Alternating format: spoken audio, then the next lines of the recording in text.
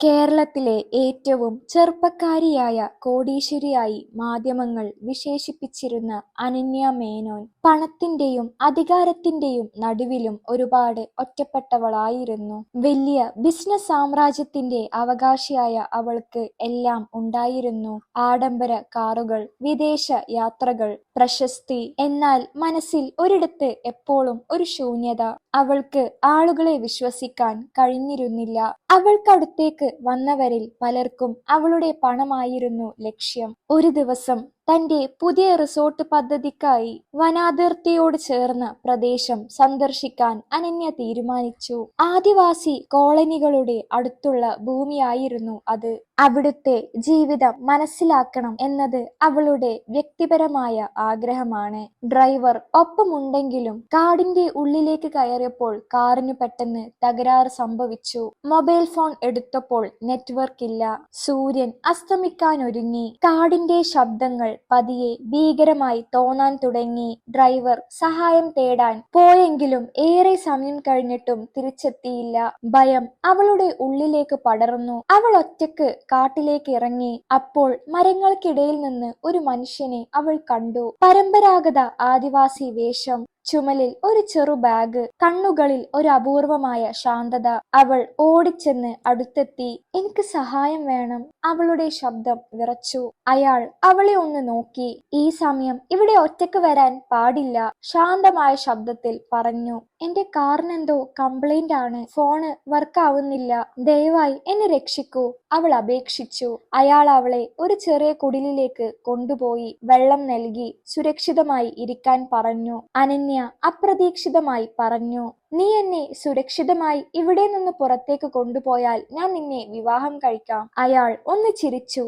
ആ ചിരിയിൽ എന്തോ രഹസ്യം ഒളിഞ്ഞിരിക്കുന്നത് പോലെ. വാക്ക് തരുമ്പോൾ സൂക്ഷിക്കണം മാഡം, അയാൾ പറഞ്ഞു. വാക്കുകൾക്ക് വില കൊടുക്കുന്നവനാണ് ഞാൻ. കുടിലിന്റെ ഉള്ളിൽ കാടിന്റെ കനത്ത നിശബ്ദത വീണു. ഇടയ്ക്ക് ദൂരെ എവിടെയോ ഒരു മൃഗത്തിന്റെ ശബ്ദം കേൾക്കാം. അനന്യക്ക് ഉറങ്ങാൻ കഴിഞ്ഞില്ല.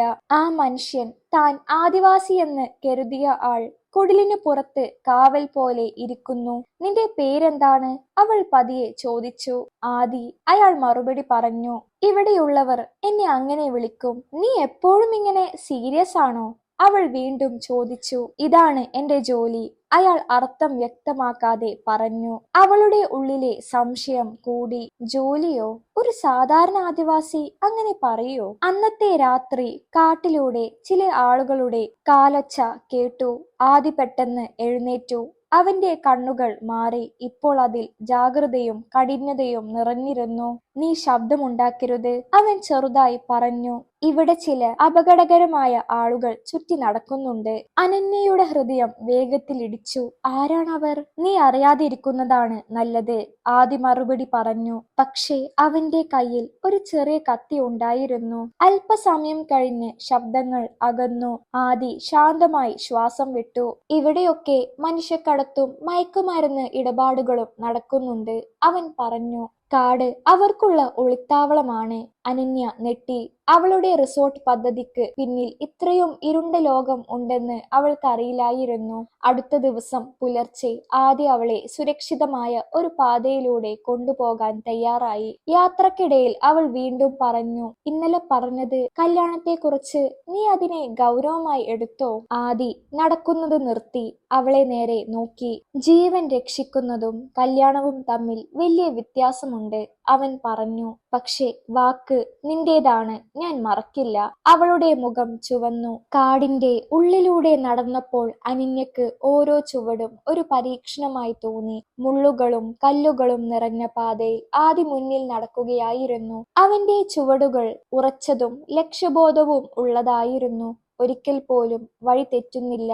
ഇവൻ സാധാരണ കാട്ടുവാസിയല്ല എന്ന സംശയം അനന്യയുടെ മനസ്സിൽ വീണ്ടും വീണ്ടും വന്നു. നിനക്ക് ഈ കാട് നന്നായി അറിയാമല്ലോ, അവൾ ചോദിച്ചു. ഞാൻ ഇവിടെ ജനിച്ചു വളർന്നവനല്ലേ, ആദി ചുരുക്കി മറുപടി പറഞ്ഞു. അവന്റെ വാക്കുകൾ പോലെ തന്നെ മുഖഭാവവും നിയന്ത്രിതമായിരുന്നു. വികാരങ്ങൾ മറച്ചുവെച്ച ഒരാളുടെ മുഖം. പെട്ടെന്ന് ആദി കൈ ഉയർത്തി അനന്യയെ നിർത്തി. അവൻ നിലത്ത് കുനിഞ്ഞിരുന്നു.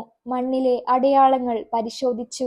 ഇവിടെ ആരോ വന്നിട്ടുണ്ട്, അവൻ പറഞ്ഞു. കുറച്ചു സമയം മുന്നേ. നിനക്കെങ്ങനെ അറിയാം? അനന്യ ആശ്ചര്യത്തോടെ ചോദിച്ചു. ആദി മറുപടി പറയാതെ മുന്നോട്ട് നടന്നു. അവളുടെ ഭയം വീണ്ടും ശക്തമായി. ഈ കാട്ടിൽ അവർ ഒറ്റക്കല്ലെന്ന് അവൾക്ക് മനസ്സിലായി. അല്പം കഴിഞ്ഞപ്പോൾ ദൂരെ ഒരു കുടിലിന്റെ പുക ഉയർന്നത് കണ്ടു. ആദി അനന്യയെ ഒരു മരത്തിന്റെ പിന്നിലേക്ക് നിർത്തി. നീ ഇവിടെ തന്നെ നിൽക്കണം, അവൻ കടുപ്പത്തോടെ പറഞ്ഞു. ഞാൻ പോയി നോക്കിയിട്ട് വരാം. ഒറ്റയ്ക്ക് പോകണ്ട, അവൾ ഭയത്തോടെ പറഞ്ഞു. എന്നെ വിശ്വസിക്കൂ, ആദി പറഞ്ഞു. ആ ശബ്ദത്തിൽ ഒരു അധികാരത്തിന്റെ താളം ഉണ്ടായിരുന്നു.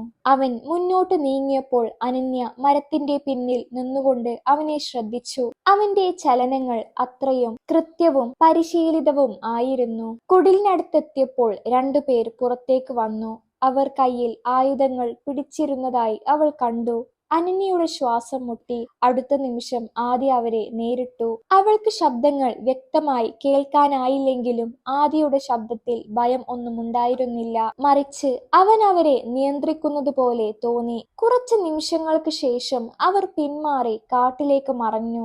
ആദി തിരികെ വന്നപ്പോൾ അനന്യ അവനെ ഭയത്തോടെയും അത്ഭുതത്തോടെയും നോക്കി. അവർ ആരാ? അവൾ ചോദിച്ചു. നിനക്കിവിടെ അപകടമുണ്ട്, ആദി പറഞ്ഞു. നീ എത്രയും വേഗം സുരക്ഷിത സ്ഥലത്തെത്തണം. നീ ആരാണ് ആദി? അവൾ ചോദിച്ചു. നീ പറയുന്നില്ല, പക്ഷേ നിന്റെ പ്രവൃത്തികളെല്ലാം വേറെയാണ്. ആദി ഒരു നിമിഷം നിശബ്ദമായി. പിന്നെ പറഞ്ഞു. എനിക്കിപ്പോൾ നിന്നോട് പറയാൻ കഴിയില്ല, പക്ഷെ ഞാൻ നിന്നെ വഞ്ചിക്കില്ല.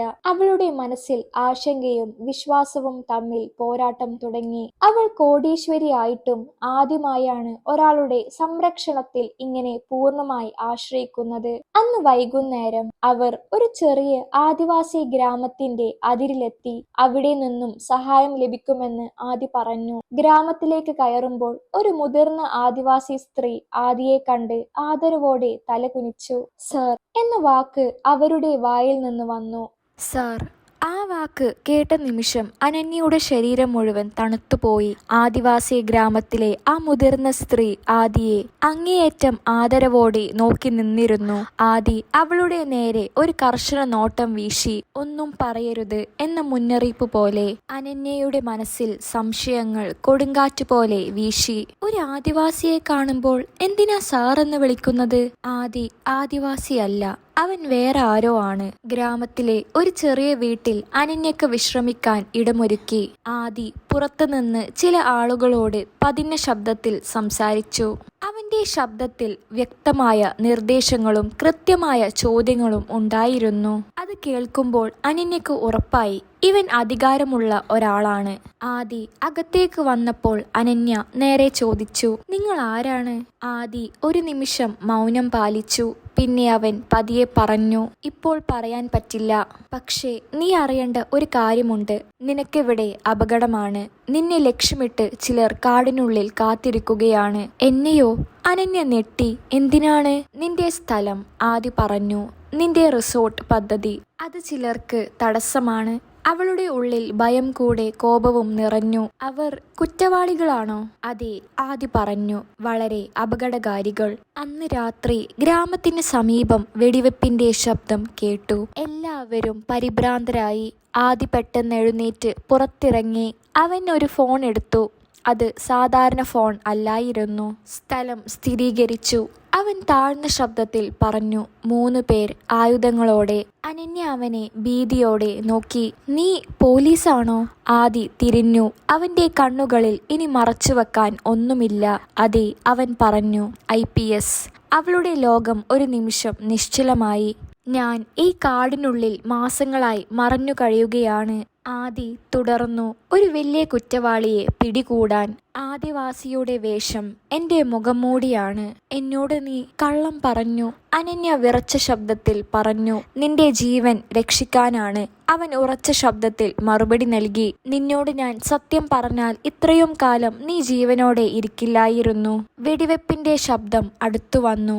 ആദി അനന്യയുടെ കൈ പിടിച്ചു. ഇവിടെ നിന്ന് പോകണം, ഇപ്പോൾ തന്നെ. അവർ കാട്ടിലൂടെ ഓടി. വെടിയുണ്ടകൾ മരങ്ങളിൽ തട്ടി പൊട്ടി.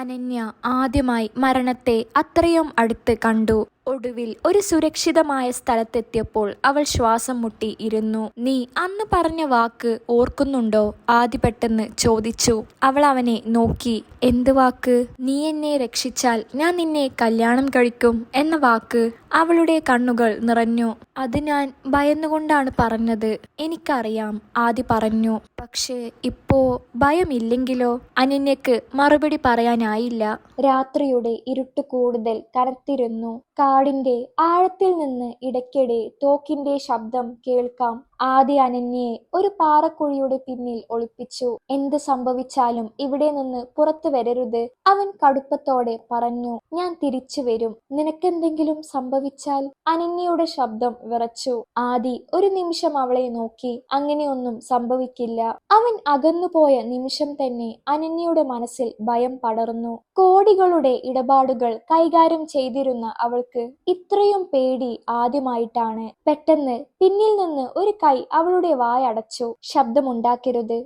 ഒരു കർശനമായ ശബ്ദം. അനന്യയുടെ കൈകൾ വിറച്ചു. കറുത്ത വേഷത്തിലുള്ള രണ്ടുപേർ അവളെ വലിച്ചിഴച്ചു. അവൾ പ്രതിരോധിക്കാൻ ശ്രമിച്ചെങ്കിലും അവർ ശക്തരായിരുന്നു. കുറച്ച് നിമിഷങ്ങൾക്കകം അവൾക്ക് ബോധം നഷ്ടപ്പെട്ടു. അനന്യ കണ്ണു തുറക്കുമ്പോൾ അവൾ ഒരു പഴയ ഗോഡൌണിലായിരുന്നു. കൈകൾ കെട്ടിയിരിക്കുന്നു. മുന്നിൽ നിന്നത് ഒരു കഠിന മുഖമുള്ള മനുഷ്യൻ. "കോടീശ്വരിയുടെ മകൾ," അവൻ പരിഹാസത്തോടെ പറഞ്ഞു. "നിന്റെ ഭൂമി ഞങ്ങൾക്ക് വേണം." "ഇത് നിയമവിരുദ്ധമാണ്," അനന്യ പറഞ്ഞു. "പോലീസ് വരും." അവൻ ചിരിച്ചു. "ഇവിടെ പോലീസ് ഒന്നും വരില്ല. പോലീസ് ഞങ്ങളിൽ ഒരാളാണ്." അവളുടെ മനസ്സ് തകർന്നു. മറ്റൊരിടത്ത് ആദി കാടിന്റെ അരികിൽ എത്തുമ്പോൾ തന്റെ വയർലെസ് സെറ്റിൽ ഒരു ശബ്ദം കേട്ടു. "സർ, സ്ത്രീയെ അവർ കൊണ്ടുപോയി." ആദിയുടെ മുഖം ദേഷ്യം കൊണ്ട് ചുവന്നു. "എവിടേക്ക്?" "പഴയ ഗോഡൌൺ." ഒരു നിമിഷം പോലും ചിന്തിക്കാതെ ആദി തീരുമാനിച്ചു. ദൗത്യം പൂർത്തിയാക്കാനുള്ള അവസരം ഇതാണ്. മുഴുവൻ സംഘത്തെയും ഒരുമിച്ച് പിടികൂടാൻ കഴിയുന്ന സ്ഥലം. പക്ഷേ അനന്യ അവിടെ തടവിലായിരുന്നു. അവന്റെ ഉള്ളിൽ പോരാട്ടം തുടങ്ങി. IPS ഓഫീസറുടെ കടമയോ ഒരു സ്ത്രീയുടെ ജീവനും തന്റെ ഹൃദയമോ? അവൻ ഹെഡ് ക്വാർട്ടേഴ്സിലേക്ക് വിളിച്ചു. "ഓപ്പറേഷൻ നിർത്തിവെക്കൂ," ആദി ഉറച്ച ശബ്ദത്തിൽ പറഞ്ഞു. "ഞാൻ ഒറ്റയ്ക്ക് പോകുന്നു." "സർ, അത് അപകടമാണ്," മറുപടി വന്നു. "അതെന്റെ ഉത്തരവാദിത്തമാണ്." ഗോഡൌണിൽ അനന്യ തന്റെ കെട്ടുകൾ അഴിക്കാൻ ശ്രമിച്ചു. കണ്ണുകളിൽ ഭയം ഉണ്ട്, പക്ഷേ മനസ്സിൽ ഒരു വിശ്വാസവും. അവൻ വരും. പുറത്ത് കാറിന്റെ ശബ്ദം. പിന്നെ ഒരു കനത്ത പൊട്ടിത്തെറി. ഗോഡൌൺ കുലുങ്ങി. "പോലീസ്, ആരും അനങ്ങരുത്." ആ ശബ്ദം കേട്ട നിമിഷം അനന്യയുടെ കണ്ണുകളിൽ കണ്ണുനീർ നിറഞ്ഞു. ആദി എത്തി. ഗോഡൌണിന്റെ വാതിൽ തകർത്ത് അകത്തേക്ക് കയറിയപ്പോൾ അനന്യ കണ്ട കാഴ്ച അവളുടെ മനസ്സിൽ എന്നേക്കുമായി പതിഞ്ഞു. കറുത്ത യൂണിഫോമിൽ, നെഞ്ചിൽ പോലീസ് ബാഡ്ജ്. കർശനമായ കണ്ണുകളോടെ ആദി മുന്നിൽ നിന്നു. IPS officer Adithyan. അവന്റെ നിലപാടിലും ചലനങ്ങളിലും അധികാരത്തിന്റെ ഉറച്ച ഭാവം. ആയുധധാരികളായ കുറ്റവാളികൾ അവനെ കണ്ടപ്പോൾ പകച്ചു നിന്നു. "ആയുധങ്ങൾ താഴെ ഇടൂ," ആദി ഗംഭീര ശബ്ദത്തിൽ ഉത്തരവിട്ടു. വെടിവെപ്പ് ആരംഭിച്ചു. ഗോഡൌൺ മുഴുവനും ശബ്ദവും പൊടിയും നിറഞ്ഞു. ആദി മറയെടുത്ത് മുന്നേറി. ഒരൊറ്റ നിമിഷം പോലും അനന്യയുടെ ഭാഗത്തേക്ക് ശ്രദ്ധ വിട്ടില്ല. ഒരു കുറ്റവാളി അവളുടെ അടുത്തേക്ക് ഓടിയെത്താൻ ശ്രമിച്ചു. അടുത്ത നിമിഷം ഒരു വെടിയുണ്ട അവന്റെ കാൽമുട്ടിൽ പതിച്ചു. അവൻ നിലത്തേക്ക് വീണു. "അവളെ തൊട്ടുപോകരുത്," ആദിയുടെ ശബ്ദം മുഴങ്ങി. കുറച്ച് നിമിഷങ്ങൾക്കകം പോലീസ് സംഘം അകത്ത് കയറി. കുറ്റവാളികൾ ഓരോരുത്തരായി കീഴടങ്ങി. ഗോഡൌൺ നിശബ്ദമായി. ആദി നേരെ അനന്യയുടെ അടുത്തെത്തി അവളുടെ കൈകളിലെ കെട്ടുകൾ അഴിച്ചു. "നിനക്കൊന്നും സംഭവിച്ചില്ലല്ലോ?" അവൻ ചോദിച്ചു. അനന്യക്ക് മറുപടി പറയാൻ വാക്കുകൾ കിട്ടിയില്ല. അവളുടെ മുന്നിൽ നിന്നത് അവളെ കാട്ടിൽ നിന്ന് രക്ഷിച്ച അതേ മനുഷ്യൻ, പക്ഷേ മറ്റൊരു ലോകത്തിന്റെ പ്രതിനിധി. "നീ ഒന്നും പറഞ്ഞില്ല," അവൾ ഒടുവിൽ പറഞ്ഞു. "ഒന്നും പറയാൻ പാടില്ല," ആദി ശാന്തമായി പറഞ്ഞു. "ഇതൊരു രഹസ്യ ദൗത്യമാണ്." പുറത്തെത്തിയപ്പോൾ പോലീസ് വാഹനങ്ങൾ, ലൈറ്റുകൾ, ഉദ്യോഗസ്ഥർ എല്ലാം അനന്യക്ക് സ്വപ്നം പോലെ തോന്നി. ആദിയെ എല്ലാവരും സർ എന്ന് വിളിച്ചു. അവളുടെ മനസ്സിൽ ഒരു ചോദ്യമുണ്ടായിരുന്നു. ഇനി അവൾ ചോദിച്ചു, ഇനി നീ സുരക്ഷിതയാണ്, ആദി പറഞ്ഞു. പക്ഷേ നിന്റെ ജീവിതത്തിലേക്ക് ഞാൻ ഇങ്ങനെ കയറി വന്നത് ശരിയായിരുന്നു എന്നറിയില്ല. അനന്യ അവനെ നോക്കി. എനിക്ക് ഒരു ആദിവാസിയെ രക്ഷിക്കാനായി തോന്നിയപ്പോഴാണ് ഞാൻ നിന്നോട് വാഗ്ദാനം ചെയ്തത്. ഇന്ന് ഒരു IPS ഓഫീസറുടെ മുന്നിലാണ് ഞാൻ നിൽക്കുന്നത്. ആദി ഒന്ന് പുഞ്ചിരിച്ചു. വാഗ്ദാനം ഇപ്പോഴും നിലനിൽക്കുന്നുണ്ടോ? അവളുടെ കണ്ണുകളിൽ കണ്ണീരും ചിരിയും ഒരുമിച്ച്. എനിക്കറിയില്ല, പക്ഷെ നിന്നെ അറിയാൻ ഞാൻ ആഗ്രഹിക്കുന്നു. ആദി ആദ്യമായി തുറന്നു പുഞ്ചിരിച്ചു. അന്ന് തന്നെ മാധ്യമങ്ങളിൽ വാർത്ത വന്നു. കാട്ടിൽ ഒളിഞ്ഞിരുന്ന IPS ഓഫീസർ വൻ കുറ്റവാളി സംഘത്തെ പിടികൂടി. അനന്യയുടെ പേര് വാർത്തകളിൽ വന്നു. അവളുടെ ജീവിതം ഇനി പഴയതല്ല. കുറ്റവാളി സംഘം പിടിയിലായതിനു പിന്നാലെ അനന്യയുടെ ജീവിതം പൂർണ്ണമായി മാധ്യമങ്ങളുടെ കയ്യിലായി. കോടീശ്വരിയും IPS ഓഫീസറും എന്ന തലക്കെട്ടുകൾ പത്രങ്ങളിൽ ഉടനീളം നിറഞ്ഞു. അവൾക്ക് ഈ ശ്രദ്ധ അസ്വസ്ഥത ഉണ്ടാക്കി. അനന്യയുടെ വീട്ടിൽ കുടുംബം ഒത്തുചേർന്നു. അമ്മ, അമ്മാവന്മാർ, ബിസിനസ് പങ്കാളികൾ എല്ലാവരും ഉണ്ടായിരുന്നു. അവൻ ഒരു പോലീസ് ഓഫീസർ മാത്രമാണ്, ഒരാൾ പറഞ്ഞു. നിനക്ക് പറ്റിയ ജീവിതമല്ല അത്. അവൻ ജീവൻ പണയപ്പെടുത്തി എന്നെ രക്ഷിച്ചു. അനന്യ ശാന്തമായി മറുപടി പറഞ്ഞു. എനിക്ക് അയാളെ മതി. അമ്മ മുന്നോട്ട് വന്നു. അവൻ ആദിവാസിയായി അഭിനയിച്ചു. അതൊരു നാടകമല്ലേ? നാളെ വീണ്ടും മറ്റൊരു ദൗത്യത്തിനു പോയാൽ? അനന്യ നിശബ്ദമായി. അവൾക്ക് തന്നെ ഭയമുണ്ടായിരുന്നു. ആദിയുടെ ജീവിതം അപകടങ്ങൾ നിറഞ്ഞതാണ്. അതേസമയം പോലീസ് ക്വാർട്ടേഴ്സിൽ ആദിയും തന്റെ മേലുദ്യോഗസ്ഥരുമായുള്ള സംഭാഷണത്തിലായിരുന്നു. നിന്റെ ദൗത്യം വിജയിച്ചു, DGP പറഞ്ഞു. പക്ഷേ വ്യക്തിപരമായ ബന്ധങ്ങൾ ജോലിയെ ബാധിക്കരുത്. ഞാൻ നിയന്ത്രിക്കും, ആദി പറഞ്ഞു. പക്ഷേ അവന്റെ ഉള്ളിൽ സംശയം ഉണ്ട്. അനന്യക്ക് ഈ ജീവിതം പറ്റുമോ? അവൻ അവളെ കാണാൻ ചെന്നു. ഇരുവരും ആദ്യമായി ശാന്തമായി സംസാരിച്ചു. യൂണിഫോമും മാധ്യമങ്ങളും ഇല്ലാതെ. എന്റെ കുടുംബം എതിർക്കും, അനന്യ തുറന്നു പറഞ്ഞു. എനിക്കറിയാം, ആദി പറഞ്ഞു. അതുകൊണ്ടാണ് ഞാനൊന്നും നിർബന്ധിക്കാത്തത്. ഞാൻ നിങ്ങളെ ആദ്യമായി കാണുന്നത് ആദിവാസിയായിട്ടാണ്. അവൾ പുഞ്ചിരിച്ചു. അന്ന് നിങ്ങൾ ഒരു സാധാരണ മനുഷ്യനായിരുന്നു. ഇന്ന് എല്ലാവരും നിങ്ങളെ ഒരു ഓഫീസറായി മാത്രമാണ് കാണുന്നത്. ആദിയുടെ കണ്ണുകൾ മൃദുവായി. നിനക്ക് ഏത് രൂപമാണ് ഇഷ്ടമായത്? സത്യസന്ധനായ ആദി, അവൾ മറുപടി പറഞ്ഞു. അന്നു തന്നെ ഒരു ലളിതമായ വിവാഹ നിശ്ചയം തീരുമാനിച്ചു. ആഡംബരമില്ലാതെ 2 കുടുംബങ്ങൾ മാത്രം. പക്ഷേ വാർത്ത പുറത്തു പോയതോടെ വിമർശനങ്ങളും പ്രശംസകളും ഒരുമിച്ച് വന്നു. സോഷ്യൽ മീഡിയയിൽ ചിലർ എഴുതി പവർ കപ്പിൾ, മറ്റു ചിലർ നാടക വിവാഹം. അനന്യ അതൊന്നും വായിച്ചില്ല. അവൾ ആദിയോടൊപ്പം ജീവിക്കാൻ പഠിക്കുകയാണ്. പക്ഷേ ഈ ശാന്തത അധിക നാൾ നിലനിന്നില്ല. ആദിക്ക് ഒരു പുതിയ ട്രാൻസ്ഫർ ഓർഡർ വന്നു. അതിർത്തിയിലെ അതീവ അപകടകരമായ ദൗത്യം. അവൻ കത്ത് അനന്യക്ക് നൽകി. ഇതെന്റെ ജീവിതമാണ്, അവൻ പറഞ്ഞു. നീ ഇതിന് തയ്യാറാണോ? അവൾ കത്ത് നോക്കി. പിന്നെ അവനെ. ഈ തീരുമാനം അവരുടെ ബന്ധത്തിന്റെ യഥാർത്ഥ പരീക്ഷണമാണ്. വിവാഹദിനം അടുത്തു വന്നു. അനന്യയുടെ വീട്ടിൽ ഒരുക്കങ്ങൾ ലളിതമായിരുന്നെങ്കിലും മനസ്സിൽ ചിന്തകൾ കൊടുങ്കാറ്റ് പോലെ ചുറ്റി. കോടികൾ ചെലവാക്കി ആഘോഷിക്കാമായിരുന്ന ഒരു വിവാഹം അവൾ ഒഴിവാക്കി. അവൾക്ക് വേണ്ടിയിരുന്നത് ഒരു സത്യബന്ധം മാത്രമാണ്. നിനക്ക് മാറ്റമൊന്നുമില്ലല്ലോ? അമ്മ വീണ്ടും ചോദിച്ചു. ഒരു IPS ഓഫീസറുടെ ജീവിതം എളുപ്പമല്ല. അനന്യ പുഞ്ചിരിച്ചു. എളുപ്പമായതൊന്നും എന്നെ ആകർഷിക്കുന്നില്ല അമ്മേ. അതേസമയം മറ്റൊരിടത്ത് ആദി വീണ്ടും കാട്ടിലായിരുന്നു. പുതിയ ദൗത്യത്തിന്റെ ഭാഗമായാണ് അവൻ വീണ്ടും ആദിവാസി വേഷം ധരിച്ചത്. കുറ്റവാളികളുടെ ഒരു ചെറിയ ശാഖ ഇനിയും പിടിക്കാൻ ബാക്കിയുണ്ട്. സർ, കല്യാണം നാളെയല്ലേ? ഒരു ജൂനിയർ ഓഫീസർ പറഞ്ഞു. ദൗത്യം പൂർത്തിയാക്കണം, ആദി ഉറച്ച ശബ്ദത്തിൽ പറഞ്ഞു. അതിനുശേഷം മാത്രമേ ഞാനൊരു ഭർത്താവാകൂ. വിവാഹ ദിവസം രാവിലെ. അനന്യ വെളുത്ത സാരി ധരിച്ച്, കണ്ണുകളിൽ ശാന്തത. അവൾ മനസ്സിൽ ഒരേ ഒരു മുഖം മാത്രം കണ്ടു. യൂണിഫോമിലുള്ള ആദിയെ. മണ്ഡപത്തിൽ വരനെത്തേണ്ട സമയം കഴിഞ്ഞു. ആളുകൾ പിറുപിറുക്കാൻ തുടങ്ങി. എവിടെയാണ് വരൻ? പോലീസ് ജോലി തന്നെയാവും. അനന്യയുടെ ഹൃദയം വേഗത്തിൽ ഇടിച്ചു. ആദി വരില്ലേ? അപ്പോൾ അകലെ നിന്ന് ഒരു മനുഷ്യൻ നടന്നു വന്നു. കാട്ടുവേഷം, ചുമലിൽ ഒരു തുണിസഞ്ചി, കാലിൽ ചെരുപ്പില്ല. മണ്ഡപം മുഴുവൻ നിശബ്ദമായി. അനന്യ നെട്ടി. അത് ആദിവാസി വേഷത്തിലുള്ള ആദിയായിരുന്നു. ഇതെന്ത് നാടകമാണ്? ആരോ പുച്ഛത്തോടെ പറഞ്ഞു. അനന്യ എഴുന്നേറ്റ് നിന്നു. അവളുടെ കണ്ണുകൾ ആദിയെ തേടി. അവൻ നേരെ അവളുടെ മുന്നിലെത്തി. നീ അന്ന് കാട്ടിൽ എന്നെ കണ്ടത് ഈ രൂപത്തിലാണ്, അവൻ ശാന്തമായി പറഞ്ഞു. നീ തന്ന വാക്ക് ഈ മനുഷ്യനോടാണ്. അനന്യയുടെ കണ്ണുകൾ നിറഞ്ഞു. അവൾ സംസാരിക്കാൻ തുടങ്ങിയപ്പോഴേക്കും പോലീസ് വാഹനങ്ങളുടെ ശബ്ദം. അടുത്ത നിമിഷം ആദി അകത്തേക്ക് പോയി. കുറച്ച് മിനിറ്റുകൾക്കകം അവൻ തിരികെ വന്നു. ഇപ്പോൾ IPS യൂണിഫോമിൽ. മണ്ഡപം നെട്ടലോടെ നിന്നു. അനന്യയുടെ ശ്വാസം മുട്ടി. ഇതാണ് ഞാൻ, ആദി പറഞ്ഞു, മുഖം മൂടിയും അധികാരവും ഒന്നിച്ച്. അവൾ മുന്നോട്ട് വന്നു, അവന്റെ കൈ പിടിച്ചു. ഞാൻ നിന്നെ നീയായിട്ടാണ് സ്നേഹിക്കുന്നത്. മണ്ഡപം കൈയടികളാൽ നിറഞ്ഞു. താലി ആദി അനന്യയുടെ കഴുത്തിൽ കെട്ടിയ നിമിഷം അവളുടെ കണ്ണുകളിൽ കണ്ണുനീർ നിറഞ്ഞു. വേദനയുടെയോ ഭയത്തിന്റെയോ അല്ല, മറിച്ച് സമ്പൂർണതയുടെ. ഇനി ഞാൻ ഒറ്റക്കല്ല, അവൾ മനസ്സിൽ പറഞ്ഞു. വിവാഹം ലളിതമായിരുന്നു. ആഡംബരം ഒന്നുമില്ല. പക്ഷേ അവിടെ സത്യസന്ധത ഉണ്ട്.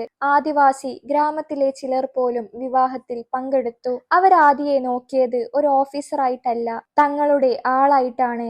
വിവാഹശേഷം അനന്യ ആദിയോടൊപ്പം പോലീസ് ക്വാർട്ടേഴ്സിലേക്ക് പോകാൻ തീരുമാനിച്ചു. ആഡംബര ബംഗ്ലാവുകൾ ഉപേക്ഷിച്ചു. അവൾ ഒരു ചെറിയ വീട്ടിലേക്ക് കാലുവെച്ചു. ആദ്യ രാത്രി അവൾ ചിരിച്ചു പറഞ്ഞു, ഇതാ കോടീശ്വരിയുടെ ഏറ്റവും വലിയ നിക്ഷേപം. ആദി ചിരിച്ചു. ഒരിക്കലും നഷ്ടമാവില്ല. പക്ഷേ സന്തോഷം അധികനാൾ നിലനിന്നില്ല.